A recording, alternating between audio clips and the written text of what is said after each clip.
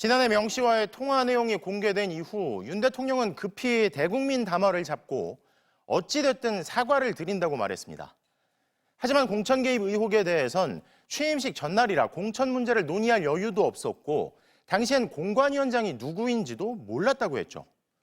결국 추가 녹취가 공개되면서 이 역시 거짓말이었다는 사실이 드러났는데 시기적으로 따져보면 비상계엄 모의의 한창일 때 겉으론 사과를 하는 척하면서 뻔뻔하게 국민을 속인 겁니다. 구민지 기자가 보도합니다. 윤석열 대통령 부부와 명태균 씨 통화는 취임식 전날 이뤄졌습니다. 공천 문제 가지고 할 정도로 저도 정말 시간적 여유도 없었습니다. 취임식에 오는 외교 그 특사들을 응대하는 데만 하루 종일 제가 했던 것 같은데요. 윤 대통령은 공천 문제를 논의할 여유도 없었다고 했는데 거짓말로 드러난 겁니다. 김영선 좀 해줘라고 했다고 세 차례나 반복합니다. 김영선이 좀 해줘라 그랬는데 야, 여기는 김영선 해줘라 이랬다고.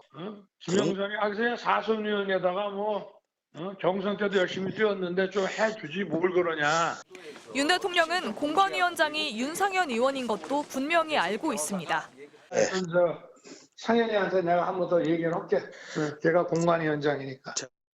윤상현 의원이 공관위원장인지도 몰랐다던 해명도 거짓이었던 겁니다. 저는 그 당시에 공관위원장이 우리 정진석 비서실장인 줄 알고 있었어요. 통화 육성이 공개되면서 김영선 전 의원 전략공천 배경에 윤 대통령 부부가 있었다는 건 분명해졌습니다. 김 여사는 당내 상황도 속속들이 들여다봤습니다. 권성동하고 윤한영이가 반대하더만 보니까 그렇죠? 명태균 씨는 윤 대통령과 통화 직후 이준석 당시 국민의힘 대표에게도 내용을 전달했습니다. 당선인이 윤상현 의원에게 김영선으로 전략공천 주라고 전화하겠다고 말씀했다고 하자 이 대표가 내비라고 답했습니다. 민간인 신분의 명 씨가 윤 대통령 부부와 당대표 등 공천 관련 핵심 인물들과 연락을 주고받은 겁니다. 김건희 여사 공천 개입 의혹은 명태균 파문이 불거지기 1년 전 작성된 국민의힘 감사보고서에도 등장합니다.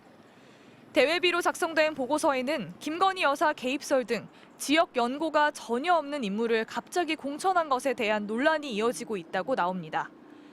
검찰은 지난해 이미 김영선 전 의원 공천을 두고 오간 윤 대통령 부부와 명 씨의 통화 녹음을 모두 확보했지만 대통령 부부에 대한 조사는 진척이 없습니다. MBC 뉴스 구민지입니다.